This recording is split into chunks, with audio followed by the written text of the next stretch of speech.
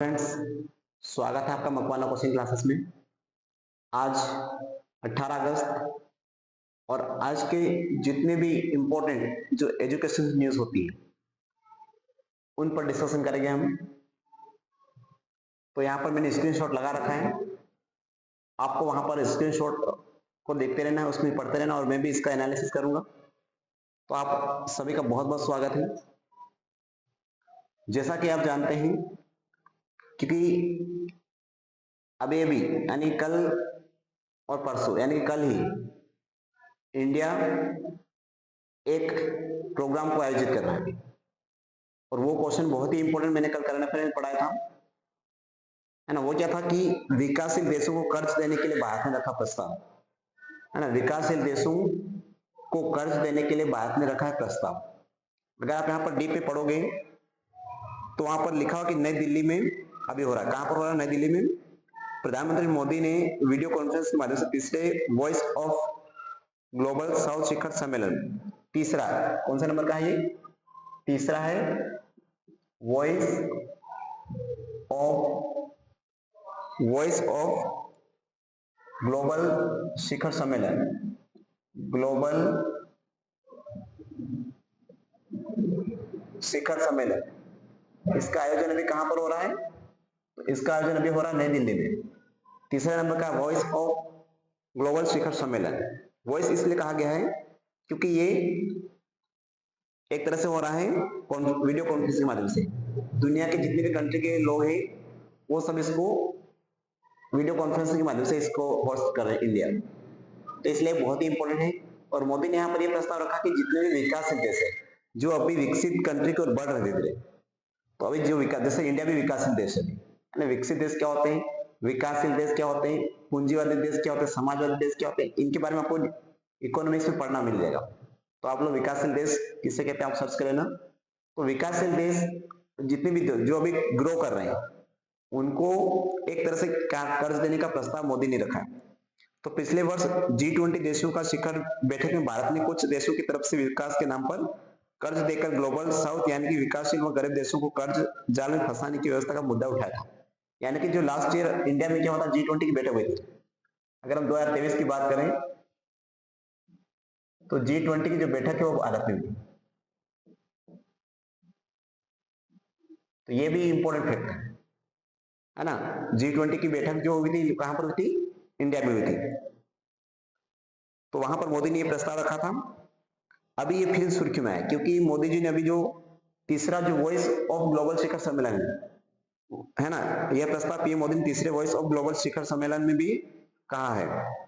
और शुरुआत में भारत ने इस फंड में $35 लाख की मदद देने का प्रस्ताव रखा, जिसका उद्देश्य के बारे में पीएम मोदी ने कहा कि यह डेवलपमेंट फाइनेंस के नाम पर जरूरतमंद देशों को कर्ज पहले नहीं दबाएगा।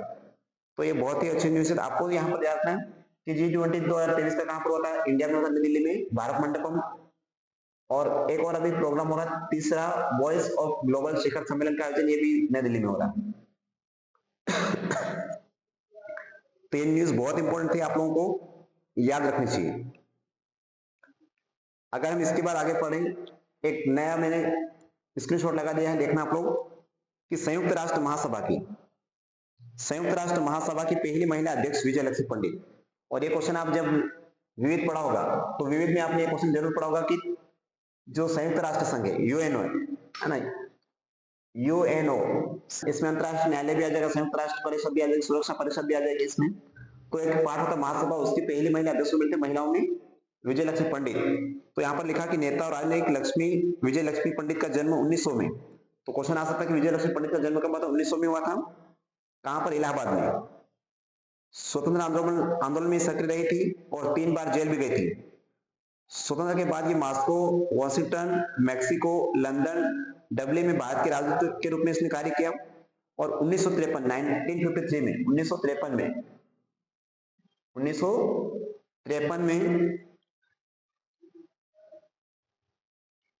1953 में यह संयुक्त राष्ट्र महासभा की पहली महिला अध्यक्ष बनी थी।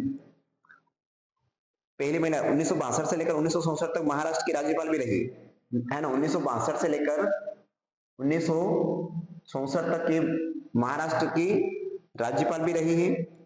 और 1964 से 1968 तक ये लोकसभा के सदस्य रही। 1900 है ना 67 से लेकर 68 तक ये लोकसभा के मेंबर भी रहे। तो ये क्वेश्चन अपने आप में बहुत ही इंपॉर्टेंट है।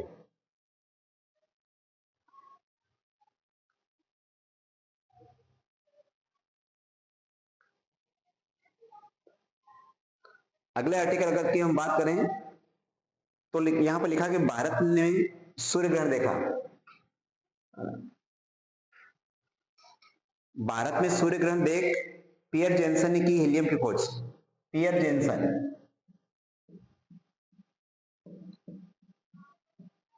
पियर जेन्सन ने किसकी खोज की थी? हीलियम की। और हीलियम आपको पता है कि सबसे हल्का तत्व है ना। तो पियर जेन्सन ने हीलियम की खोज की थी और ये कहां पर उन्होंने की? भारत में सूर्य ग्रहण देखा था, यानी कि जब वो आए थे भारत में तमिलनाडु में, तो 1868 में की बात है ये। तो ये जब आंध्र प्रदेश के गुंटूर जिले में, आंध्र प्रदेश के गुंटूर जिले में जब ये रुके थे तो वहां पर उन्होंने सबसे पहले सूर्य ग्रहण देखा था और उसी से उन्होंने अनुमान लगा के क्या करा था? हीलियम की खोज की थी। तो ये भी इंपॉर्टेंट फैक्ट है और आपको पता होना चाहिए हीलियम क्या है। हीलियम के बारे में आपको अच्छे से पता होना चाहिए। अगला जो आर्टिकल है ये बहुत अच्छी न्यूज है और ये जितने भी स्टूडेंट है उनके लिए इंपॉर्टेंट है ना। बाकी तो ये इंपॉर्टेंट है लेकिन जो स्टूडेंट लाइफ में अभी है उनके लिए बहुत इंपॉर्टेंट है। खड़गपुर में भारत के पहले प्रौद्योगिकी संस्थान का उद्घाटन किया गया, यानी कि जो आईआईटी खड़गपुर है, आईआईटी खड़गपुर, और ये भारत की पहली आईआईटी है ना। तो आज ही के दिन यानी कि आज 18 अगस्त है और 18 अगस्त 1951 में, 18 अगस्त 1951 में आज ही के दिन खड़गपुर में पहले आईआईटी का गठन किया गया और पहला सत्र कुल 42 शिक्षक थे उसमें और 224 छात्र थे इसमें। और आज अगर हम आज वर्तमान की बात करें तो वर्तमान में भारत में कुल टोटल, वर्तमान में अगर भारत में बात करें तो टोटल आईआईटी की जो संख्या है और 23 है।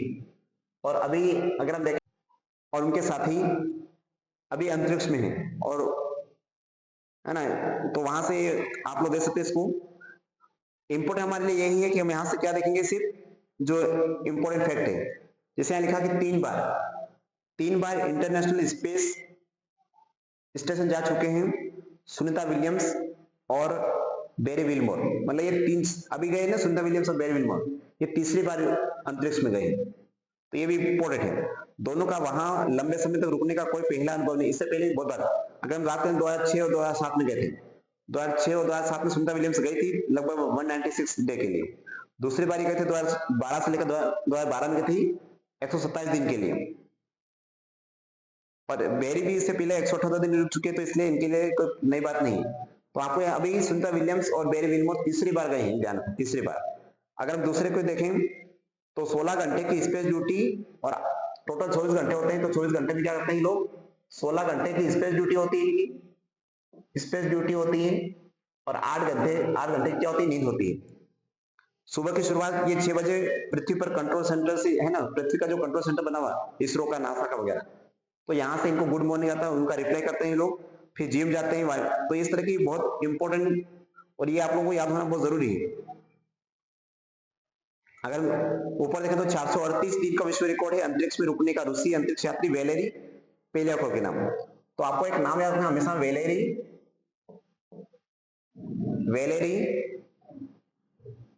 पोलियाकोव, वैलेरी पेलियाकोव। ये महिला 438 दिन अंतरिक्ष में रुकने का रिकॉर्ड है इसके पास, सबसे अधिक दिन अंतरिक्ष में रुकने का रिकॉर्ड इनके नाम है। तो ये भी आपको याद रखना है।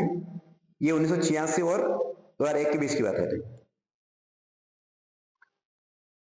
अगला है 25 साल हो गए इंटरनेशनल स्पेस स्टेशन। आपको इंटरनेशनल स्पेस स्टेशन ISS इसके बारे में नॉलेज होना बहुत जरूरी है। इंटरनेशनल स्पेस स्टेशन की स्थापना कब हुई थी, इसका मुख्यालय कहाँ, मतलब किसने बनाया, इसके बारे में।